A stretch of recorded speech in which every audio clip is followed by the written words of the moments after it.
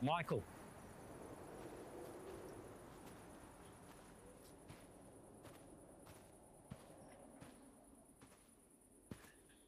Hello, Tom.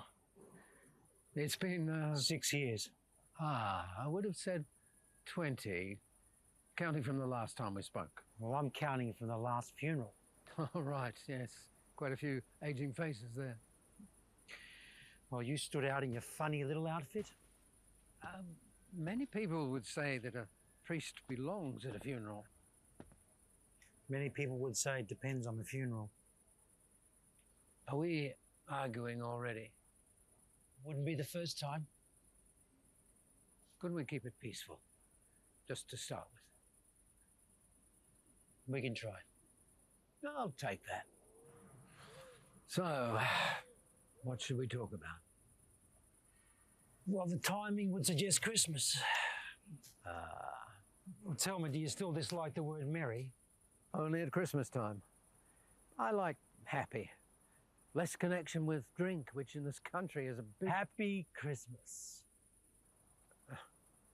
I think I remember us talking about this last time, after James... Not yet. Yes, sorry. I do remember what we used to say about Christmas. So do I.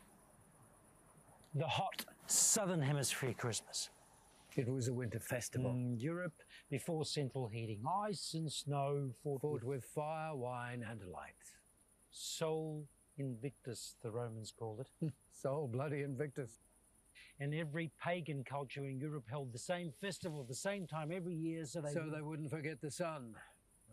You always were a cynic. How can we hold the same festival in a land that never forgets the sun? Oh, come on, Tom. It's not that... No. People sweating in 35-degree heat as they sing about a white Christmas. Don't tell me you don't find that funny. Yeah, a little. But But there's some strange, indefinable beauty to it all, so we should just stick with it, even though it doesn't make any sense. You always did try to tell me what I was about to say before I say it. But yeah, I do find it beautiful. The nativity and the heat. I've never worked out how to express it in a homily, but the idea of it has its own sort of faith. And you've forgotten, Tom, what it's like when the sun sets at 7 or 8 and the light comes streaming in through the stained glass window. A few weeks ago, during one of the Advent liturgies, we had a gentle moment just like that, after communion.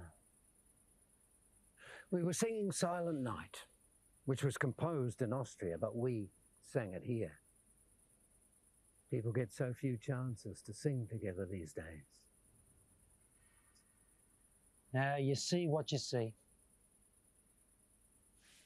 And what do you see, Tom? I don't see anything. I know what you're looking at, Tom. Christmas Eve, 1982. That's where the telephone box was, isn't it? The one he called us from. That was a dreadful night. The worst of my life. I can only imagine what it was like for you. What are you trying to say? What do you want me to say? What do I want you to? Mate, we haven't spoken in 20 years. Why is that, Tom? What is this to you? Confession? Is there something you want to say? All right. I wish you'd picked up the bloody phone that night. I was busy cleaning up your mess. I didn't ask you to do that. That girl would have been fine. You said that about every poor creature who fell in love with you. But you never stuck around long enough to find out. And what fucking business is that of yours? They needed my help. James needed help. And you picked up the phone and you couldn't talk him down. I pray for you both every day. You pray? I think that's what I hate the most. James throws himself off the gap and you walk away from the politics, from the struggle, from... No, Tom. No, my values have always been consistent. We could have saved him. If you'd have been there, if I'd said the right... We could have done it together. We could have saved him. We don't get second chances like that. Not in this life, Tom. Why don't you pray with me here for a while?